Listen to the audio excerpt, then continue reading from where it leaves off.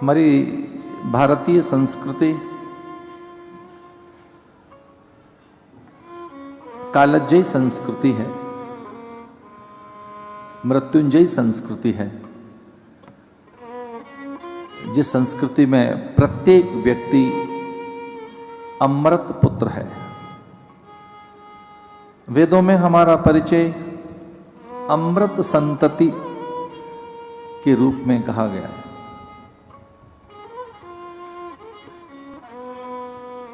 अमृतस्य पुत्रा, हम अमृत के आकांक्षी हैं और अमृत की संतानें हैं। यह संस्कृति अवसर देती है कि मेरे जीवन में कभी गतिरोध आया हो, शैथिल्य आया हो, साधना का गतिरोध, भाव शैथिल्य, हम दैवत्व को अर्जित कर सकें। यह संस्कृति अवसर देती है कि साधना के द्वारा व्यक्ति अपनी क्षुद्रताओं को त्याग कर विराटता को उपलब्ध हो सके। हमारी संस्कृति अवसर देती है कि हम ईश्वरीय सत्ता को उपलब्ध हो सके। अन्य संस्कृतियों में किस ढंग के उपदेश हैं कहना कठिन है, पर हां हमारी संस्कृति उदात्त संस्कृति है। श्रद्धातु भागवते शास्त्रम अनिंदा अन्यत्र शास्त्र भी। इसका अर्थ यह है कि हम अपने शास्त्रों का, अपनी संस्कृति का सम्मान करें और उसे श्रेष्ठ भी माने, पर अन्य का अनादर न करें। अन्यत्र अनिंदा शास्त्र भी, ये बड़ी अच्छी बात कही गई कि जो अपनी संस्कृति, संस्कार, संवेदनाएं, सिद्धांत, मूल्य, पर्व, परंपराओं का आदर करता है, वो किसी भी संस्कृति का अनादर नहीं कर सकता। अपनी संस्कृति की श्रेष्ठता का जिस दिन बोध होगा, उस दिन आप किसी का अनादर नहीं कर पाएंगे, किसी में क्षुद्रता देख नहीं पाएंगे। हमारी संस्कृति इसी प्रकार के उपदेश देती है कि सब में ईश्वर विद्यमान है। ईसावास्य इदम सर्वम यत्किंचित जगत्याम जगत। जो कुछ विद्यमान है, जो कुछ दिखाई दे रहा है, वह सब ईश्वर ही है, वह सब भगवान ही है। इसलिए तीन त्यक्तीन भुंजी था, उसे त्याग पूर्वक, विचार पूर्वक, ज्ञान पूर्वक भोगें और उसका अनादर न करें।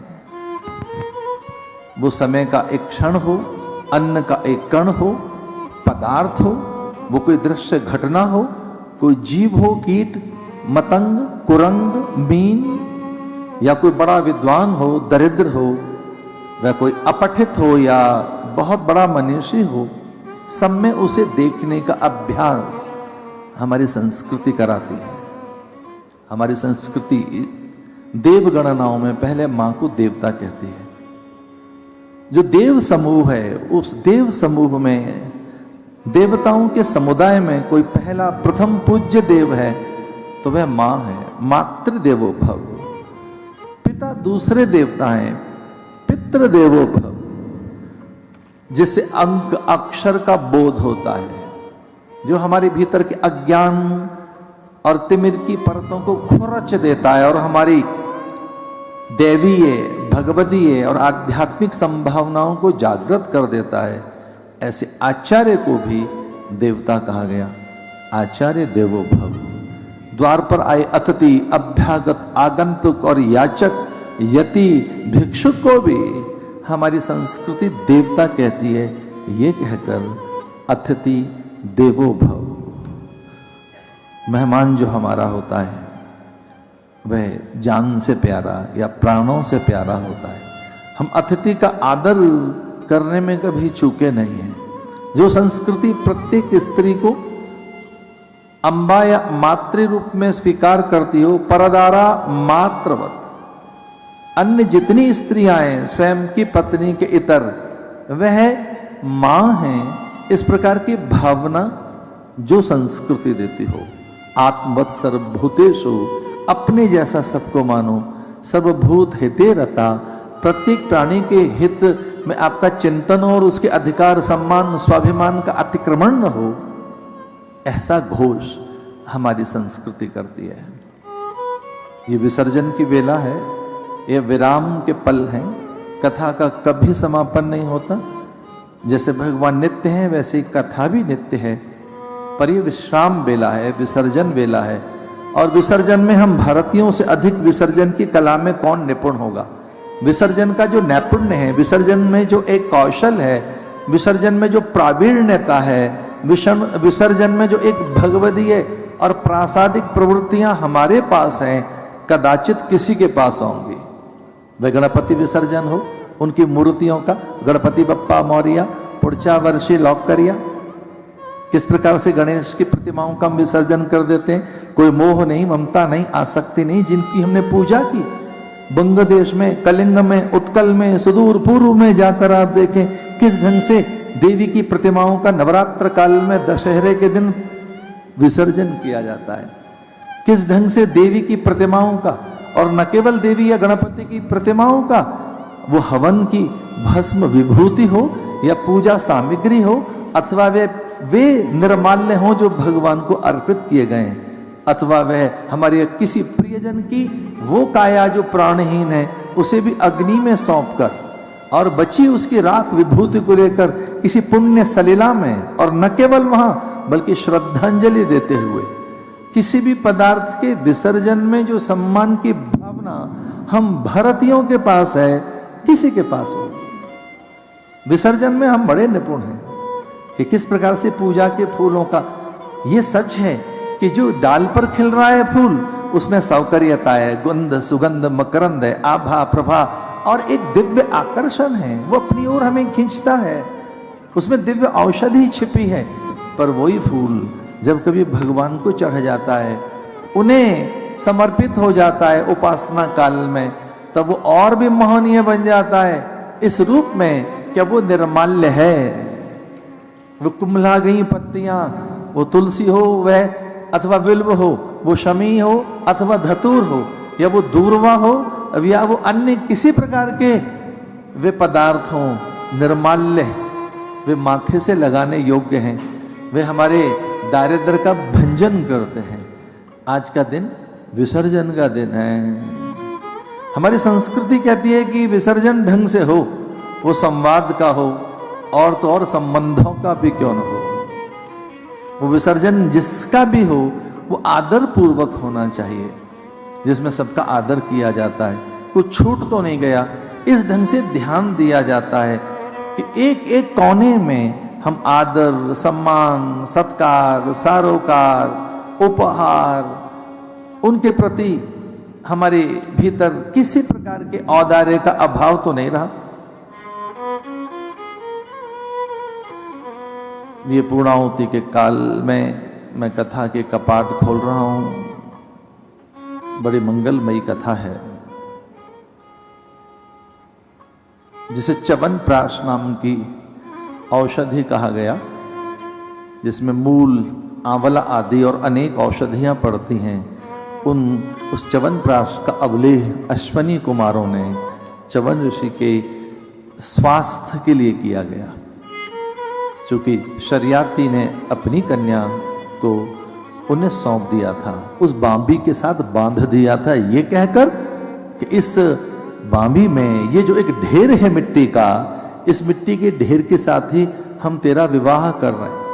क्योंकि सुकन्या ने ऐसे छोटी छोटी सुंदर से नुकीले कांटों से उनकी आंखों को चुभो दिया था, ये जानकर के बड़े दिव्य कोई ये कीट हैं जो चमक रहे हैं, जिनमें कितना प्रकाश है। यद्यपि वो जुगनू नहीं थे, वो कोई कीट नहीं थे। ऋषि समाधि में बैठे थे, च्यवन ऋषि, और वर्षों की समाधि के बाद उनकी जब आंख नहीं खुली तो उन पर धूल और फिर धूल, मिट्टी और न जाने कितने पत्ते, और धीरे धीरे उन पर एक मिट्टी का ढेर बन गया और वो मिट्टी में ही छिप गए, गहरी समाधि में डूब गए। बस उनकी आंखें चमक रही थीं, उनमें दिव्य प्रकाश था, एक अद्भुत तेज था, वे दीप्तिमान नेत्र एक अद्भुत प्रकाश को प्रकट कर रहे थे। ये अपनी सखियों के साथ घूम रही थी, कुतूहल में एक कांटे से उन कीट को निकालने का प्रयास किया तो कांटों से आंखें चुभ गईं, आंखों में वे कांटे लग गए, रक्तधार बहने लगी। भयभीत हुए ऋषि सब कि बड़ा अनर्थ हो गया। और जब ये पता लगा कि च्यवन ऋषि हैं, त्रिकालदर्शी हैं, ऊर्ध्वरेता हैं, ब्रह्मवेत्ता हैं, इन्हें ईश्वरीय साक्षात्कार हो गया है, ये नई सृष्टि की रचना करने की सामर्थ्य रखते हैं, तब च्यवन ऋषि भयभीत हुए। तब शर्याती भयभीत हुए थे और अपनी पुत्री से यह कहकर कि मेरे राज्य का कल्याण, हमारा इसी में कल्याण है कि हम तुझे इनको सौंप दें। अपराध हुआ है, अब मैं तुझे इन्हीं की पत्नी बनाकर सौंपता हूं। धन्य है भारत की पुत्रियां जो पिता या माता की परिवार की आज्ञा में रहती हैं। हमें चयन करने का अधिकार है। कभी किसी एक काल में स्वयंवर का अधिकार था कन्याओं को, और ये सच है कि अगर हम अच्छा चयन कर सकते हैं, हमारे पास अधिक योग्यता है, क्षमता है, अधिक हमारे पास में प्रखरता है, तो हम अपना चयन कर लें। लेकिन मैं जानता हूं कि माता पिता अधिक हितैषी हैं, उनके पास अधिक बुद्धि है, वे अधिक अनुभवी हैं, वे आपका कल्याण चाहते हैं, वे आपके लिए अगर कोई चयन करेंगे तो वो मंगलमय होगा। इसलिए ये अधिकार, जीवन के बहुत से अधिकार हम माता पिता से न छीने, अपने परिजन पुरजनों से न छीने, बंधु बांधवों से न छीने। जो हमारे ज्येष्ठ श्रेष्ठ हैं उनको कुछ जीवन के निर्णय दें। हाँ, ये सच है कि अब आप निर्णय कर सकते हैं। अगर आप बालिग हो गए, वयस्क हो गए, आपको कोई सर्टिफिकेट मिल गया है कि अब आप एडल्ट हैं, ये बड़ी बात है कि आपके पास अब योग्यता आ गई है। पर हो सकता है कि माता पिता की संवेदनाएं कुछ और हों, वे आपके लिए कुछ अच्छा चुन सकें, वे आपके लिए कुछ अच्छा कर सकें। च्यवन ऋषि के साथ सौंपकर शर्याती निकल गए थे। अश्वनी कुमारों ने च्यवन ऋषि के लिए प्राश तैयार किया। औषधियों में अवलेह, भस्म, रस, आसव आदि बताए गए आयुर्वेद में। बड़ी प्राकृतिक, बड़ी निर्दोष चिकित्सा पद्धति है जो आपकी मूल प्रकृति को शांत करती है। मैं ऐसा नहीं मानता कि अन्य जो थेरेपी है वो सही नहीं है। शल्य क्रिया में एलोपैथी ने किस तरह के चमत्कार किए हैं, वे अन्य और जो थेरेपी हैं, वे अन्य जो और चिकित्सा की पद्धतियां हैं, कभी हमने उनका अनादर नहीं किया। पर एक बहुत बड़ा सच है कि आयुर्वेद न केवल शरीर की चिकित्सा करता है, वो आपकी संवेदनाओं को भी छूता है, आपके मर्म को और आपकी बुद्धि को, आपके मन के भ्रम को। सच तो यह है कि वे आपके सकल अस्तित्व की रुग्णता को छीनता है। जो आयुर्वेद है, आयुर्वेदिक पद्धति में कारण ढूंढा जाता है कि आपको ज्वर हो गया है तो किसी विषाद के कारण है क्या? आप में कोई भ्रम तो नहीं बैठ गया? आप में अधिक कोई भय तो नहीं है? आपका अधिक संशय तो नहीं गहरा गया है? आपके आसपास में जो ये शारीरिक रोग आया है, इसका मूल क्या है? और आयुर्वेद कहती है कि मन मूल है। आपके जो संशय हैं, आपका जो भ्रम है, आप में जो अधिक अवसाद है, वो उसका मूल है। हाँ, कई इन्फेक्शन जिनसे होता है, जो ऐसी व्याधियां हैं, कोई महामारी है, अतिवृष्टि अनावृष्टि है, भूकंप है, अकाल है, दुर्भिक्ष है, या वो और प्रकार की कोई एपिडेमिक है, उसके मूल में भी आयुर्वेद जानना चाहता है क्या है। क्या पूरी मानवीय जाति ने, पूरे मानवीय समुदाय ने कोई ऐसी विकृति पैदा की है अपने चित्त में? कोई दोष है क्या? तो जो आयुर्वेदिक औषधियां हैं वो आपके मूल त्रिदोष को ढूंढती हैं, और वो त्रिदोष में वात, पित्त, कफ, वात, पित्त, कफ, तो जो आपके पंच तत्व हैं जिनमें व्योम, नीर, धूल, आग, बयान, आयुर्वेद इनका संतुलन बैठाता है। ऐसे च्यवन प्राश के माध्यम से च्यवन ऋषि को स्वस्थ किया गया, उन्हें यौवन दिया गया। वो यौवन भी उन्हें लोक कल्याण के लिए मिला। वो यौवन भी इसलिए धारण कर रहे हैं कि वो लोक कल्याण कर सके, वो दूसरों का हित कर सके, और उस कन्या को वर्ण करके दिव्य संतानोत्पत्ति कर वह एक आदर्श की स्थापना कर सके। अगर हम अग्रज हैं तो दूसरों के हम रोल मॉडल हैं। अगर घर में जरा से भी हम बड़े हैं, समुदाय में, अपने समूह में, अपने झुंड में, अपनी जाति में, मत पंथ संप्रदाय में अथवा परिवार में, अगर आप जरा से भी बड़े हैं तो सच मानिए आप नायक हैं, आप नेतृत्व कर रहे हैं, आप रोल मॉडल हैं अपने अनुजों के लिए, अपनों से छोटों के लिए। तब आपका रोल कुछ और होना चाहिए। आप एक आदर्श हो। ऐसा तो नहीं है कि आप केवल छोटे ही हैं, आप बड़े भी तो हैं। अपने परिवार में बड़े हो सकते हैं, खेत खलियान में, कारोबार में, उद्यम में, मित्र समूह में, अपनों के बीच में, जहां भी आप जरा से भी बड़े हैं, एक रोल मॉडल आप बने दूसरों के लिए, अपने लिए भी। च्यवन ऋषि एक बड़े आदर्श बने। और कभी कभी व्यक्ति जब अपनी क्षुद्रताओं को त्याग देता है तो व्यक्ति नहीं रहता, व्यक्ति संस्था बन जाता है। कुछ लोग इस ढंग से जीते हैं कि वो व्यक्ति नहीं रहते, वो चलती फिरती संस्था बन जाते हैं, वो संस्थान बन जाते हैं, वो पूरा इंस्टीट्यूट बन जाते हैं। और कई बार संस्था की भी जो संकीर्णता है, अगर उससे मुक्त हो जाए व्यक्ति, बहुत निंदनीय मेरा स्वभाव नहीं है कि मैं बहुत निंदा करूं लोगों की, पर कभी कभी देखने में आता है कि व्यक्ति बहुत ऊंचा उठकर एक संस्था तो बन जाता है, पर केवल संस्था के आसपास ही रहता है। व्यक्ति बहुत ऊंचा उठ गया है, उसकी में कोई क्षुद्रता नहीं है, उसमें कोई संकीर्णता नहीं है, पर संस्था की आसक्ति हो गई है, एक संगठन की आसक्ति हो गई है। तो जिनमें संस्था की भी संकीर्णता नहीं रही है, जिनमें संस्थान की भी संकीर्णता नहीं रही है, वे व्यक्ति सिद्धांत बन जाते हैं, वे व्यक्ति सिद्धांत बन जाते हैं। और अगर आपके सिद्धांत लोकहित के लिए हैं, आपके सिद्धांत सर्वजन हिताय सर्वजन सुखाय हैं, अगर आपके ऐसे सिद्धांत हैं, तब सच मानिए आप में आपके प्रति एक स्वीकार्यता पैदा होगी समाज में, एक सार्वभौम स्वीकृति पैदा होगी समाज में।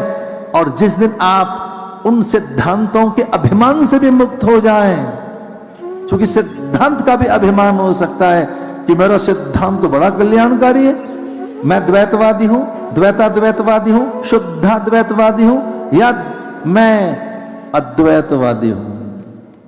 भैया सिद्धांत बड़े मंगलमय है। शुद्धाद्वैत है, विशिष्टाद्वैत है, द्वैताद्वैत है, द्वैत सिद्धांत है, एक है अद्वैत कि सब एक है।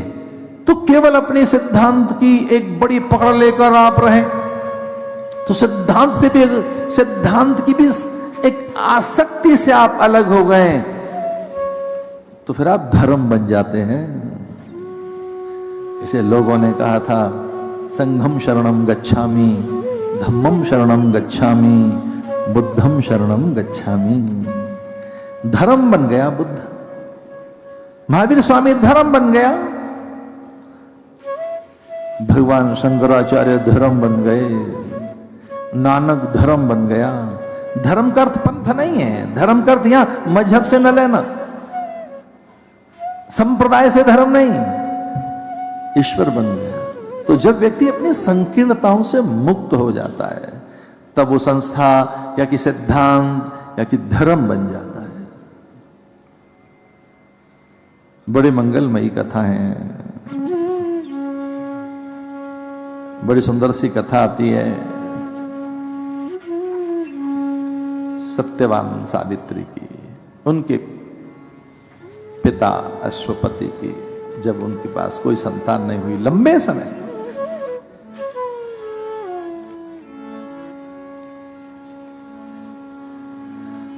जब कभी व्याकुलता हो तो माता पिता के पास बैठना, ज्येष्ठ जनों के पास, जो गुणी है अथवा जो विद्या संपन्न है। कभी कोई व्याकुलता हो, कोई उलझन हो आपकी, तो विद्वानों के पास बैठिए, गुरु के पास बैठिए। इन दो पंक्तियों के साथ हम सत्यवान सावित्री की कथा में प्रवेश करते हैं। उलझने घेर ले तो न घबराइए।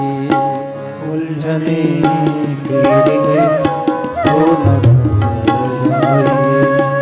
उलझने घेर ले तो न घबराइए। उलझने घेर ले तो न घबराइए।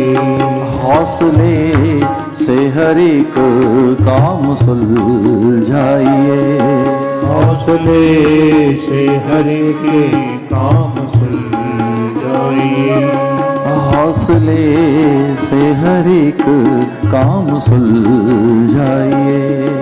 हौसले से हर एक काम सुलझाइए। फिर भी गम दूर हो नागर आपके। फिर हम दूर होना अगर आपके। आप फिर सद्गुरु की शरण आइए।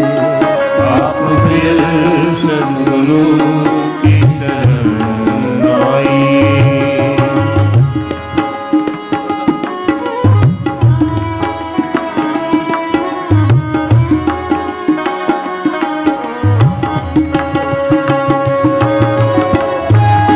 कुम्हार हट शिष्य गिन गिन काढ़े खो। भीतर थे अवलंब दे बाहर मारे। उलझने घेर ले तो न घबराइए। उलझने घेर ले तो न घबराइए। हौसले से हर एक काम सुलझाइए। हौसले से हर के काम सुलझाइए। फिर भी गम दूर हो नागर आपके। फिर हम दूर होना अगर आपके। आप फिर सद्गुरु की शरण आइए। आप फिर सद्गुरु की शरण आइए। सात समुद्र की मस करूं लेखन सब बन रहा। सात समुद्र की मसी करूं लेखन सब बन रहा। सब धरती का गति करूं गुरु गुण लिखा न जाए। उलझने घेर ले तो न घबराइए। उलझने घेर ले तो न घबराइए। हौसले से हर एक काम सुलझाइए। हौसले से हर के काम सुलझाइए। फिर भी गम दूर हो नागर आपके। फिर भी गम दूर होना अगर आपके। आप फिर सद्गुरु की शरण आइए। आप फिर सद्गुरु की शरण आइए। आप फिर सद्गुरु की शरण आइए।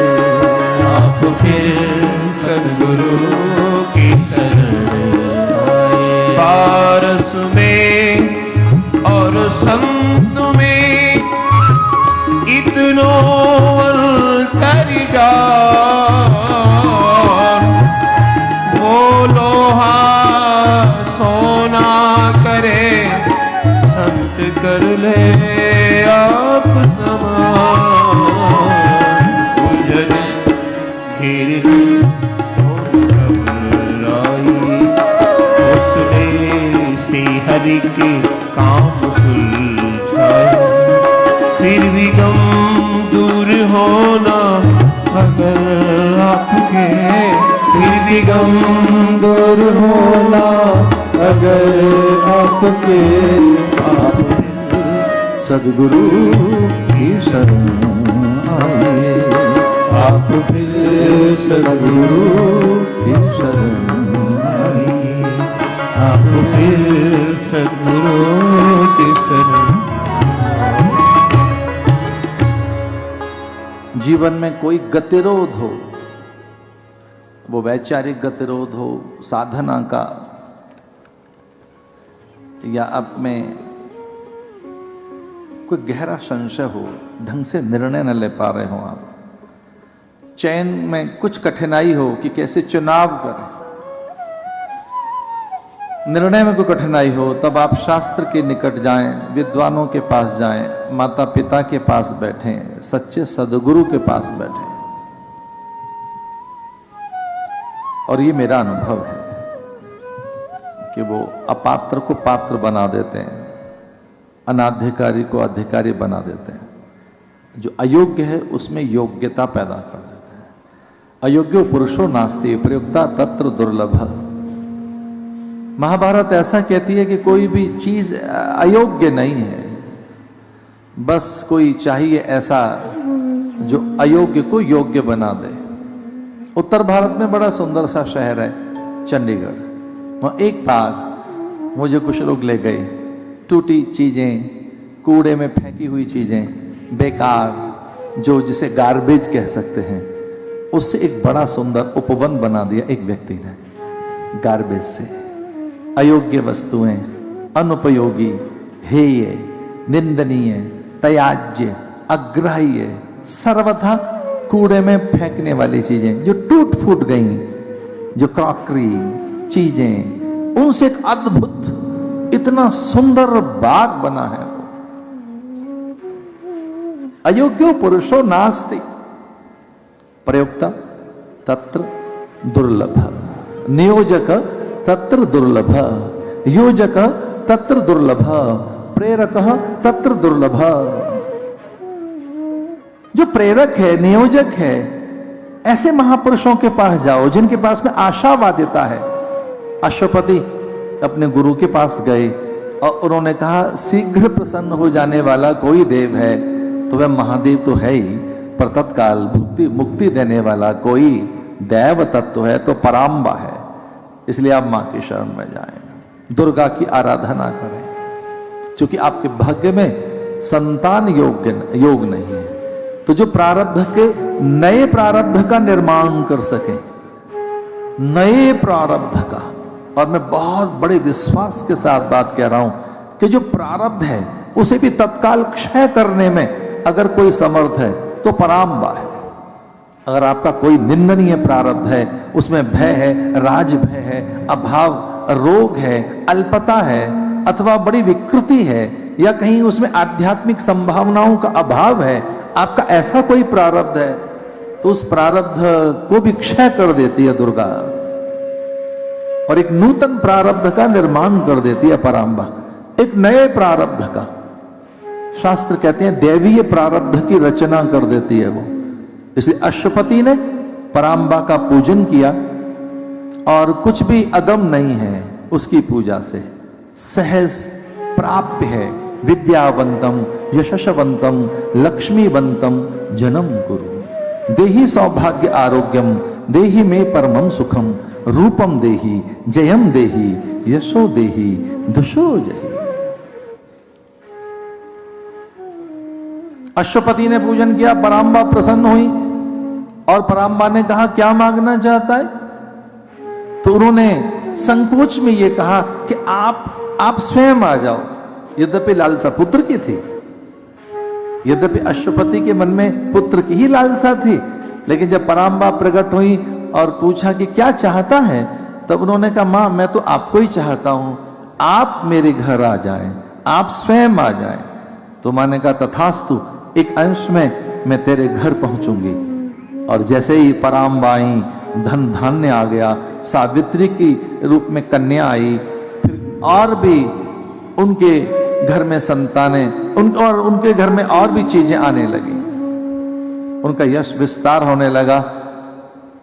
एकाकी कन्या बस, और उसे अधिकार दिए जब वो षोडशी हो गई कि तेरे पास जिस ढंग का चिंतन है, ज्ञान है, बुद्धि है, अद्भुत प्रतिभा है, दैवी संपदा है, हम तेरे लिए संतान नहीं, तेरे लिए पति नहीं ढूंढ सकते, तो तू स्वयं अपने पति का चयन कर ले।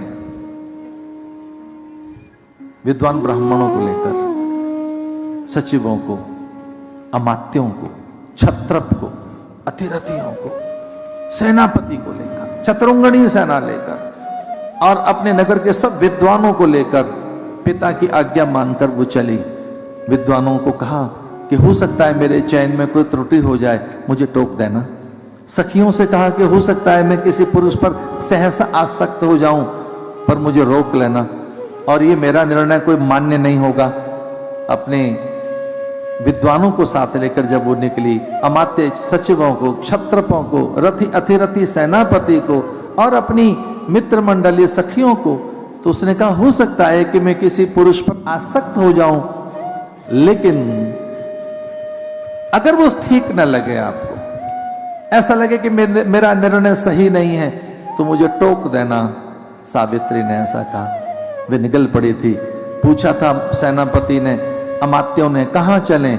तो उन्होंने कहा कि पहले निर्जन वन में चलो। वन के लोग बड़े भोले होते हैं, वे बड़े निष्कपट होते हैं, निश्चल होते हैं। जो वन का प्राणी होता है बड़ा प्राकृतिक होता है, उसका जीवन बड़ा सहज होता है। मुझे संपदा नहीं चाहिए, मुझे कोई निर्दोष मन का प्राणी चाहिए। क्योंकि जो वन में रहने वाले प्राणी होते हैं, जो झील झरनों के निकट रहते हैं, जो पर्वत श्रृंखलाओं के आसपास रहते हैं, जो प्राय खेत खलियानों में काम करते हैं, ऐसे प्राणी बड़े भोले होते हैं, बड़े निश्चल होते हैं। और सच मानिए, जो पर्वतों में हैं या जो गडरिये हैं, जो भील हैं, कोल हैं, किरात हैं, वनवासी हैं, वन बंधु हैं, वे बड़े निश्चल होते हैं। हमारे तो सारे तीर्थी गडरियों ने, चरवाहों ने खोजे हैं। वो मणि महेश हो, मणिकर्ण हो, या कि ये वैष्णो देवी हो। भैया क्षमा करना, बदरी केदार भी गडरियों ने बताए। पहले केदार भगवान शंकराचार्य निकले थे। वैष्णो देवी गडरियों ने तो खोजा है। तो जो वन में रहते हैं वे पशुओं के निकट रहते हैं, और हमारे तो सारे देवता ही एक प्रकार से पशुओं के आसपास हैं। एक बंदरों के झुंड में आनंद लेता है और दूसरा गौओं के झुंड में। एक गौओं के निकट है गोपाल, एक तो बंदरों के पास है, एक वृषभ पर बैठा है भगवान शिव, वो सिंह पर बैठती है, कोई मूषक के पास है, कोई मयूर के पास है, कोई हाथी के साथ है।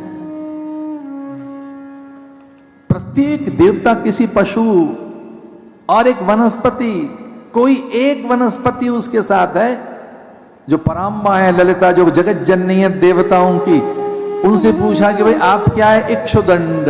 वो कहती है मुझे दंड देना नहीं आता, गन्ने का रस पास रखा हुआ है कि मुझे दंड भी देना है, तो इक्षुदंड। इक्षुदंड माने गन्ना। इतनी सरस है। कभी कामाख्या जाओगे तो कामाख्या के दर्शन के साथ ही एक गन्ने के दर्शन जरूर मिलेंगे आपको। एक गन्ना रखा रहता है वहां, चूंकि उन्हें दंड देना आता ही नहीं। तो देवताओं ने कहा ये अच्छी बात नहीं है, रस से किसको मारोगी, कोई तो अस्त्र रखो। तो उन्होंने कहा चलो ठीक है, 5 पुष्पों का एक बाण दे दो, 5 फूल ही दे दो। कोई ऐसा मूर्ख लगा तो फूल मार दूंगी उसको मैं, मां को दंड देना नहीं आता है। ऐसे पराम्बा का पूजन सावित्री के पिता ने किया, और सावित्री पैदा हुई देवी की आराधना से। और वो निकल पड़ी कि चलो वनवासियों के पास निकट चलते हैं। और दूर उन्होंने धामों के दर्शन किए, सप्तपुरियों के दर्शन किए।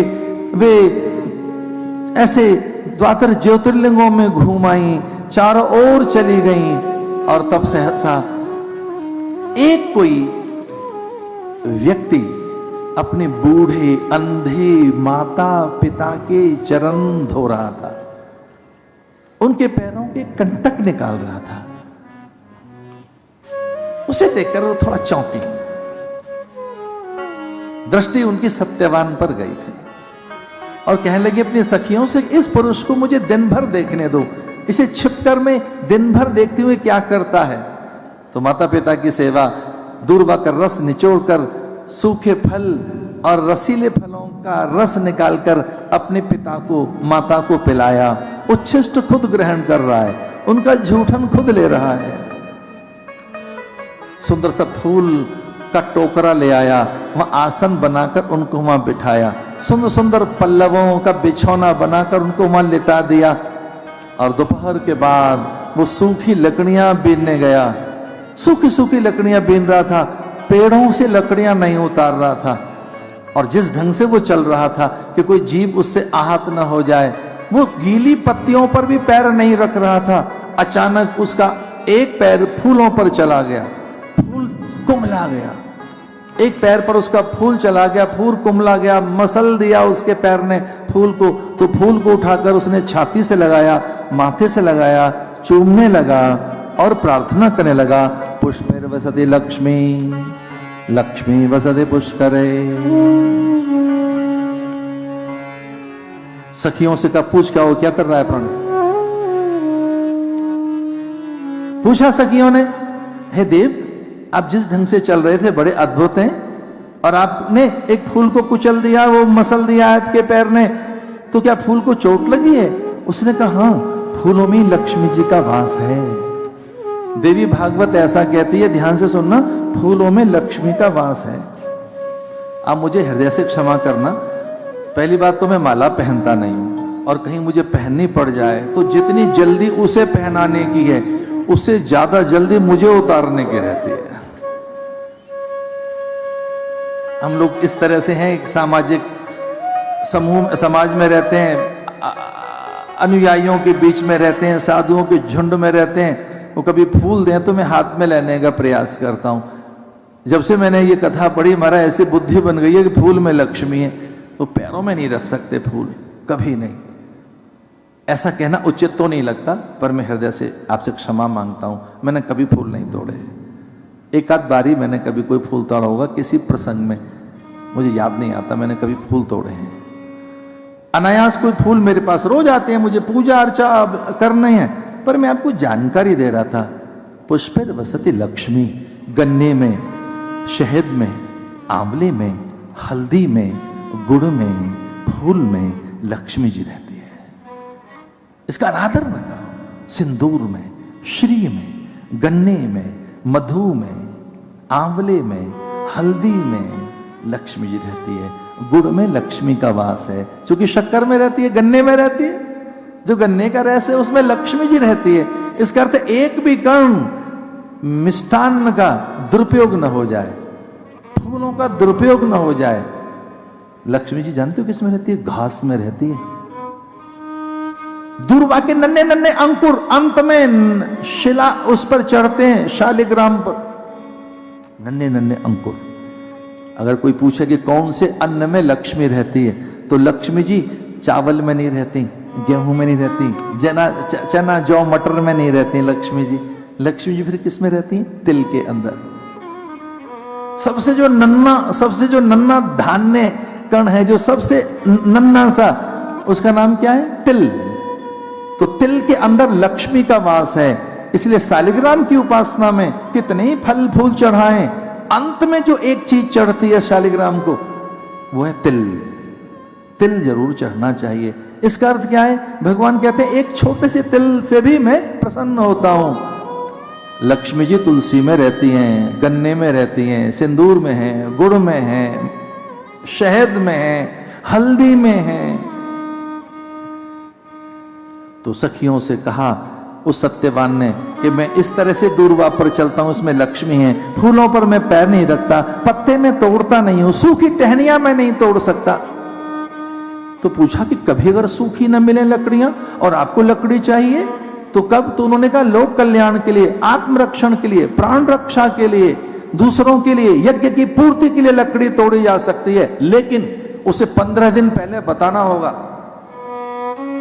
तो पेड़ काटने की तो बात छोड़ो, एक तना भी काटना हमारे शास्त्र कहते हैं मना है। अगर एक तना भी काटना है, एक ब्रांच भी आपको चाहिए, तो क्या करें? देवी भागवत के अनुसार एक सुपारी लें और सुपारी को अभिमंत्रित करें, सुपारी को वहां रखें और पेड़ से कहें ये ब्रांच हमको चाहिए। हे वृक्ष देवता, ये थोड़ा सा हमको, ये इतना हिस्सा आपका हमको चाहिए, ये इतना सा हिस्सा हमें चाहिए संविधा के लिए, लोक कल्याण के लिए, यज्ञ की पूर्ति के लिए, अथवा प्राण रक्षण के लिए, या चूल्हा जलाने के लिए अब लकड़ी नहीं रही, या भवन निर्माण के लिए। और फिर कब लें उसे? 15 दिन के बाद। प्रतिदिन ये तर्जनी का ये हिस्सा, टिप ऑफ दिस फिंगर, ये जो है इसका हिस्सा वहां रखें रोज आकर कि हमें ये इतना हिस्सा चाहिए वृक्ष देवता, और तब आप उसे काट सकते हैं। सुपारी पहले रखनी होगी 15 दिन पहले। ये सुपारी का मतलब ये है कि हमें आपके प्राण चाहिए। अब पता नहीं जो दुष्ट लोग हैं उनके यहां सुपारी का मतलब कुछ और है कि सुपारी दे दी इसके लिए सुपारी दे दी, इतनी है सुपारी वहां रखना। सत्यवान ने कहा कि इस तरह से सूखी लकड़ियों का चयन करने वाला बलिष्ठ उन्नत ललाट, कंबू ग्रीवा कंठ, चौड़ी छाती, गार वर्ण, नीचे उसके नेत्र हैं। इस ढंग से वो प्रणाम करते हुए 24 घंटे की उसकी चर्या उसने देखी और सखियों से पूछा, क्या मैं इस पुरुष पर ध्यान दे सकती हूं? और 1 सप्ताह लगातार उसे देखती रही, और 1 सप्ताह के बाद उसे प्रणाम करने गई सावित्री, ये कहकर कही, दिव्य पुरुष, मेरा नाम सावित्री है, मैं अश्वपति की कन्या हूं।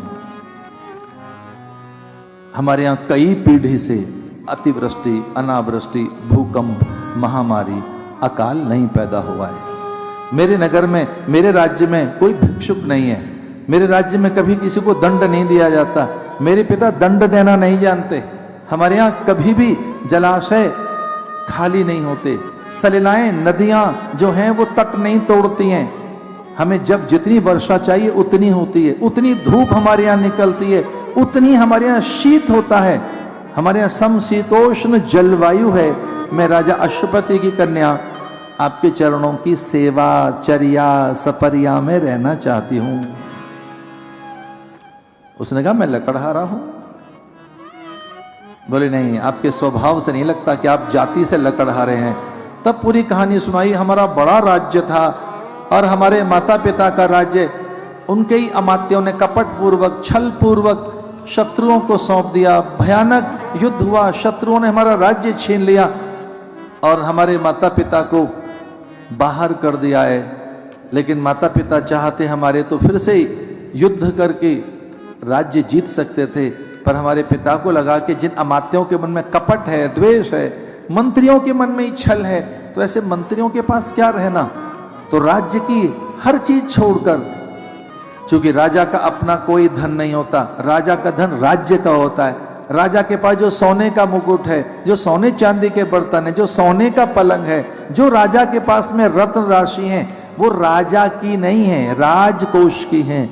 तो हमारे पिता ने सोने का मुकुट, मोतियों की माला, सारे आभूषण वहीं त्याग कर और मुनि वेश धारण करके चले आए। हम मुझसे ये कहा गया, युद्ध नहीं करेंगे, क्योंकि प्रजा में हमारा विश्वास नहीं रहा और धन पर भी हमारा कोई अधिकार नहीं।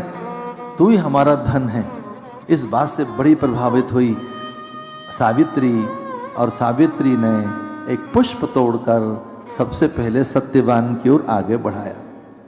एक फूल, ये एक बड़ी, मैं वैदिक काल की आपको बड़ी सुंदर सी विधि बता रहा हूं कि जब कन्याएं एक फूल देती थी, इसका अर्थ है हमने आपको वरण कर लिया। 2 दे रही हैं, इसका अर्थ नहीं किया है। 3 दे रही हैं, 2, 3, 4, 5 बंच दे रहे हैं, इसका अर्थ है you are looking very good, आप बहुत अच्छे हैं। पर आप हमारे फियांसे नहीं हो सकते, मेरा प्रेमी नहीं हो सकता। एक फूल, जब एक फूल तोड़ कर दिया तो सब कुछ आया। सत्यवान, उसने कहा, बहुत संकट में आप रहेंगी, मैं फूल नहीं लूंगा। पहले मुझे माता पिता से पूछना होगा कि इतने बड़े प्रदेश की राजकुमारी को क्या मुझे स्वीकार करना चाहिए, इतने बड़े देश की राजकुमारी को। उसने कहा, नहीं, मैं आपको वर्ण कर रही हूं, आप मेरा वर्ण करें। सत्यवान ने कहा, नहीं, मेरे निर्णय अकेले नहीं होते, मेरे निर्णय में मेरे माता पिता की भूमिका रहती है। हाँ, मेरे माता पिता कहेंगे तो मुझे मान्य होगा। इस बात से बड़ी प्रसन्न हुई, कि जो परंपरा का आदर कर रहा है, माता पिता का आदर कर रहा है। सत्यवान सावित्री दोनों गए बूढ़े अंधे माता पिता के पास, आशीष दिया कि अरे सावित्री आई, अश्वपति को हम जानते हैं, ये आएगी तो जीवन हमारा धन्य हो जाएगा। पर बेटी पल्लवों के बिछौने पर रहना होगा, दूर्वा का रस पीना होगा, वलकल धारण करने होंगे, हमारे पास तो धन संपदा है ही नहीं। हमारे पास कोई धन नहीं है। सावित्री ने कहा मुझे मान्य है, आप मुझे आशीष दें। सत्यवान के माता पिता ने सावित्री का हाथ पकड़कर चूम लिया कि तुम्हारी भावी पुत्री हुई, अपने माता पिता को जाकर संदेश देना। और जैसे ही माता पिता के पास पहुंची सावित्री, वहां उनके गुरु पहले से ही बैठे हुए थे और माता पिता बड़े चिंतित थे, गुरु बड़े चिंतित थे। गुरु माने नारद। तो नारद ने कहा मेरा साहस नहीं है सावित्री के निर्णय को बदलने का, आप कहें अपनी बेटी से कि वो ठीक नहीं है। तो उनके माता पिता ने कहा क्या ठीक नहीं है, कि ये तो मैं नहीं बता सकता, पर हां सावित्री का सत्यवान का वर्ण करना उचित निर्णय नहीं है। अब देखिए छोटी सी बात पर ध्यान देना, फैमिली का डिसिप्लिन क्या होता है। और सावित्री ने कहा कि पिताजी मुझे नहीं लगता कि मेरे निर्णय में कोई खोट है। अमात्यों ने, श्रेष्ठी ने, क्षत्रपों ने और सांबों ने, सखियों ने, कुलगुरु ने, विद्वानों ने सम्मति दी है कि वो ठीक है। अगर हाँ मेरे कान में नारद कोई दुर्गुण उसका बता दें तो मैं निर्णय बदल सकती हूं, पर दुर्गुण होना चाहिए, कोई दोष होना चाहिए उसके चरित्र में। अगर चरित्र में कोई दुर्गुण दोष है मैं निर्णय बदल दूंगी, पर मेरे वो कान में कहें, चूंकि मैं जिसको वर्ण कर चुकी हूं उसके दोष में उजागर नहीं होने दूंगी। पहले मैं जानना चाहूंगी कि वो दोष है या नहीं है। तो नारद ने कान में कहा बेटी दुर्गुण कोई नहीं, अल्पायु है वो व्यक्ति, दुर्गुण तो कोई नहीं है, अल्पायु है, 1 बरस के बाद मृत्यु हो जाएगी। सावित्री किंचित भी व्याकुल नहीं हुई, किंचित भी विचलित नहीं हुई। सावित्री ने कहा आयुष्य ये तो छीन लिया जाता है देवताओं से। आयु क्या होती है? मैं देवताओं से छीन लूंगी आयु। कितने वर्ष की आयु चाहिए आपको मेरे पति की? मैं हजार वर्षों की आयु छीन कर ले आऊंगी यमवर्ण कुबेर इंद्र से। मेरे हाथों में ऐसी सामर्थ्य है कि ब्रह्मा के यहां से मैं युग युग छीन कर ले आऊंगी। मैं युद्ध करूंगी ब्रह्मा से, और मुझे तप करना आता है, मैं तप में बैठ जाऊंगी, ब्रह्मा से युगों के युग छीन कर ले आऊंगी और अपने पति को युग पुरुष बना दूंगी। मैं वो प्रत्येक युग में अजेय पुरुष बनेगा। नारद जी प्रसन्न हो गए और नारद जी ने उनके माता पिता से कहा कि दुर्गुण कोई नहीं है, कोई एक समस्या थी उसका निदान हो गया, ये आपकी पुत्री विवाह कर सकती है। लेकिन नारद ने कहा था कि आज से दिन गिन लेना, आज से ठीक 1 साल के बाद तेरे पति की मृत्यु है। उसी दिन उसने अंबा का व्रत लिया कि मैं अन्न नहीं खाऊंगी, प्राण रक्षण के लिए केवल फल लूंगी, थोड़ा दूध पीऊंगी, रसाहार करूंगी, और हे अंबा मैं तेरी त्रिकाल संध्या करूंगी, हे जगदम्बे मैं संयम करूंगी। 1 साल तक वो सेवा में रही, रोज जाती थी वन में। लेकिन जिस दिन वो काल का दिन था, सत्यवान ने कहा कि मैंने कभी नहीं रोका है, पर आज मेरा चित्त ऐसा कहता है कि वन में आपका जाना आज उचित नहीं है। सत्यवान ने कहा आज न जाएं। उसने कहा स्वामी मैं आपकी अवज्ञा नहीं करूंगी, बस केवल आज चलने दो, फिर भले ही मैं कभी वन में न जाऊं, आज जाने दो। मेरा व्रत आज पूरा होने वाला है, आज मेरा मध्याह्न में व्रत पूरा होगा। आप होंगे जंगल में, मैं कहां ढूंढूंगी आपको? मुझे आपका पूजन करना है, अर्चन करना है, पुष्प देने हैं, फल देने हैं। आज ही का दिन तो है, जो मैं 1 साल से व्रत करती रही उसका आज पूर्णाहुति का दिन है, ना मत कहना। सत्यवान को लगा कि सावित्री सर्वथा मेरे हित में सोचती है, मेरा कोई मंगल ही होगा, मेरे को कल्याण के कपाटी खोलेगी मेरी भारिया। कहा चलो पीछे पीछे आओ, कुछ 7 कदम चला था वो अचेत सा होने लगा, फिर थोड़ा और आगे चला तो मूर्छा सी आने लगी, फिर थोड़ा और आगे चला तो अपनी पत्नी का हाथ पकड़कर कहने लगा कि मुझे कुछ पूरा दिखाई नहीं दे रहा है, कुछ कम सुनाई दे रहा है, मेरा रक्त निचुड़ता हुआ सा दिखाई दे रहा है, लग रहा है मेरे प्राण ठहर रहे हैं, कहीं मेरी चेतना खो रही है, मेरे भीतर का तेज जा रहा है, मैं पूरी सामर्थ्य को अपने से अलग होते देख रहा हूं, क्या है? और वो कुछ देर के बाद धरती पर गिर पड़ा, ये कहकर कि अब मेरे शरीर में कोई सामर्थ्य नहीं रही। हे सावित्री, मुझे नहीं लगता कि अब मेरे शरीर में तनिक भी प्राण रह गए हैं, क्योंकि कोई मेरे प्राण छीन कर लेकर जा रहा है।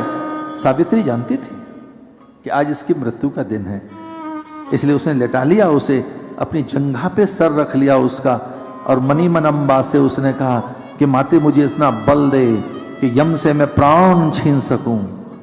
यमराज के पास जाकर यमदूतों ने बताया कि हम उसके प्राण नहीं छीन पाएंगे, वह एक अग्नि का मंडल बन गया है और वो अग्नि आकाश को छूती है, एक बहुत बड़ा अग्निमंडल है, उस अग्निमंडल में बैठी है सावित्री अपने पति को जंघा पर लेटाकर, हम प्राण नहीं छीन पाएंगे। हे स्वामी, हमें नहीं लगता कि आप भी उसके प्राण ले सकोगे। इसे यमराज खुद आया, भैंसे पर बैठकर प्रार्थना की सावित्री से, हे सावित्री, मुझे अधिकार दे कि मैं इस अग्निमंडल में आ सकूं। तो सावित्री को ये लगा कि अभी मैं इसे अधिकार दे दूंगी अंदर आने का, तो इसे लगेगा मैं बड़ी विनम्र हूं, मैं हर बात मानती हूं, मैं आदेश में रहती हूं, मैं देवताओं की अवज्ञा नहीं कर सकती। तो उसने कहा, हाँ, अरे यमराज, मैं आपको पहचान गई, आप प्राणों के देवता हैं, आप आइए। तो उसने कहा, मैं नहीं आ सकता, मुझ में इतनी सामर्थ्य नहीं कि मैं इस अग्निमंडल को पार करके तेरे पास तक आ सकूं। तो उन्होंने कहा, मैं अग्नि का आह्वान करती हूं, वो शांत हो जाएगी। अग्निमंडल को इस प्रकार से आदेश दिया, हे अग्नि, मेरे व्रत अगर साचे हैं तो शांत हो जाइए। जो अग्नि उसे नहीं दिखाई दे रही थी, अंदर प्रवेश कर गया, सत्यवान के निकट आया और उसके प्राणों को छीनकर जाने लगा। यमराज को अधिकार मिल गया अंदर आने का, प्राण छीनकर वो जाने लगा। यमराज को लगा कि पीछे पीछे आवाज आ रही है, रुनझुन की, पायल की, चूड़ियों की।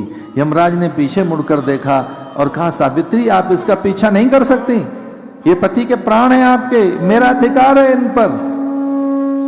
उसने कहा, मैं तो कुछ नहीं कह रही, पर मैं बिना पति के प्राणों के भी तो नहीं रह सकती। और वो जानता था कि उसके पैर उठ गए, अब वो धरती से ऊपर उठ गई है और वो उड़ने लगा था, तो सावित्री भी अपने तप बल से उड़ने लगी थी उसके साथ। यमराज घबराया और यमराज ने कहा, तू एक वर मुझसे ले, जो मनवांछित वर होगा मैं दूंगा, पर अपने पति के प्राण छोड़ दे। अब वो विचार करने लगी कि मेरे माता पिता की संतान नहीं है, तो क्या मुझे पहले अपने माता पिता के लिए संतान लेनी चाहिए, क्योंकि मेरे पिता संतानहीन हैं और वो नित्य कष्ट में रहते हैं, उनकी कोई संतान नहीं, तो क्या मुझे अपने माता पिता के लिए संतान पहले लेनी चाहिए। लेकिन हाँ, मेरे सास ससुर भी अंधे हैं, बूढ़े हैं, तो मुझे पहले किसके लिए मांगना चाहिए? क्या मुझे सास ससुर के लिए नेत्र और संपदा मांगनी चाहिए, क्योंकि निरंतर अपने राज्य की चिंता करते हैं। और तब सत्यवान के प्राणों का ध्यान करते हुए यमराज से उसने कहा, यम, अत्यंत आप प्रसन्न है मुझसे, तो मेरे सास ससुर के नेत्र आ जाएं और उनका खोया हुआ राज्य उन्हें मिल जाए। तथास्तु, ऐसा कहकर यम आगे बढ़ा, लेकिन सावित्री फिर से पीछे पीछे थी और वो यमपुरी की ओर पहुंच चुका था। पीछे आती सावित्री को देखकर उसने कहा, सावित्री, ठीक नहीं कर रही हैं आप, आपको मैंने एक वर दे दिया, आपको लौट जाना चाहिए। उसने कहा, नहीं नहीं, मैं प्राणों के बिना नहीं रह सकती, मेरे पति की आत्मा को छीन कर जा रहा है, मैं उसके बिना कैसे रह सकती हूं, एक बार और ले ले, प्राण छोड़ अपने पति के। तो उसने कहा, एक बार मैं अपने माता पिता के लिए संतान चाहती हूं। और फिर से वो यमपुरी में प्रवेश ही करने वाला था यम, लेकिन सावित्री तप बल से पीछे पीछे दौड़ी, क्योंकि वो अंबा का ही अंश थी, जिसका हम ध्यान भजन करते हैं हम वैसे ही हो जाते हैं। यमपुरी के द्वार तक पहुंचना ही चाहता था यमराज, कि सहसा देखा सावित्री फिर से पीछे है। काल के गल में पति की आत्मा को छीनते हुए देखा था उसने। वो उसके पति की आत्मा और उसके अंश को छीन कर लेकर जा रहा था। खड़ी हो गई चौखट पर और कहा यमराज के चल एक और वर ले। तो बड़ी प्रशंसा करने लगी सावित्री, आप बड़े दयालु हैं, उदार हैं। हमने तो सुना था यम कष्ट देता है, भय देता है, प्राण छीनता है, केवल त्रास देता है। आप जैसा कोई देवता नहीं। उसे बहकाने लगे, आप बड़े महान हैं, आप बड़े श्रेष्ठ हैं, जो कहते हैं वो होता ही है, आप जो वचन देंगे पूरा होता ही है। चलिए फिर मैं अपने आनंद के लिए कुछ मांग लेती हूं। आपने मेरा पति तो छीन ही लिया, अब तो उस पर आपका अधिकार है। मैंने अपने माता पिता के लिए सब कुछ मांग लिया, अब चलिए ठीक है मैं अपने आनंद के लिए कुछ मांग लेती हूं। तो यमराज ने कहा मांग। उसने कहा मैं 7 बेटों की मां बन जाऊं और मैं उनके साथ अम्बा की आराधना करूं। तो उसने कहा शतपुत्रवती भव। ठीक है, तेरे 7 बेटे हों या कि शत माने 100 बेटे हों और तू अम्बा का पूजन करे, मैं तुझे आशीष देता हूं। और जब वो ऐसा कहकर यमपुरी में प्रवेश ही कर रहा था कि उसके काले वस्त्र को पकड़कर खड़ी हो गई कि भीतर नहीं जाना, क्योंकि मुझे अधिकार नहीं है अंदर जाने का, भीतर नहीं जाने दूंगी, अपने वचन की पूर्ति कर। तो कहा यमराज ने मैंने तुझे वर दे दिया, अब यहां से जा।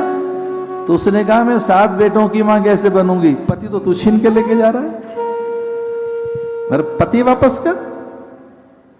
यमराज ठगासा रह गया, जो काल के गाल में से, उसके जबड़े में से अपने पति की अंश और उसकी आत्मा को छीन लाए। ऐसी सावित्री भैया मुझे हृदय से क्षमा करना, अमेरिका में नहीं भारत में पैदा हुई है।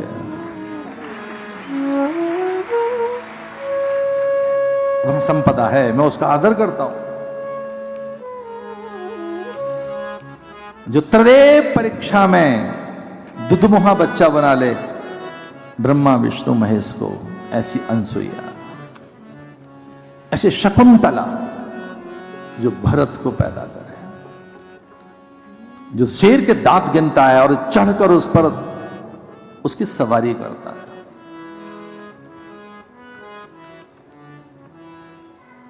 सत्यवान सावित्री की कथा इस ढंग से आती है।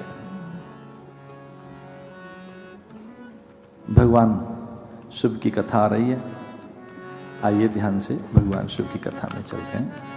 एक 2 बार भगवान का नाम लेते हैं। शिव शिव शंभो शंकरा, हर हर हर महादेव हरा। शिव शंभो शंकरा, हर हर हर महादेव हरा। शिव शिव शंभो शंकरा, हर हर हर महादेव हरा। शिव शिव शंभो शंकरा, हर हर हर महादेव हरा। हर हर हर महादेव हरा, हर हर हर महादेव हरा। हर हर हर महादेव हरा, हर हर हर महादेव हरा। शिव शिव शंभो शंकरा, हर हर हर महादेव हरा। शिव शिव शंभो शंकरा, हर हर हर महादेव हरा। नमः शिवाय, नमः शिवाय, शिव शिव शंभो नमः शिवाय। नमः शिवाय, नमः शिवाय, शिव शिव शंभो नमः शिवाय। नमः शिवाय, नमः शिवाय, शिव शिव शंभो नमः शिवाय। नमः शिवाय, नमः शिवाय, शिव शिव शंभो नमः शिवाय। शिव शिव शंभो शंकरा, हर हर हर महादेव हरा। शिव शिव शंभो शंकरा, हर हर हर महादेव हरा। जटाधराय गंगाधराय, शिव शिव शंभो नमः शिवाय।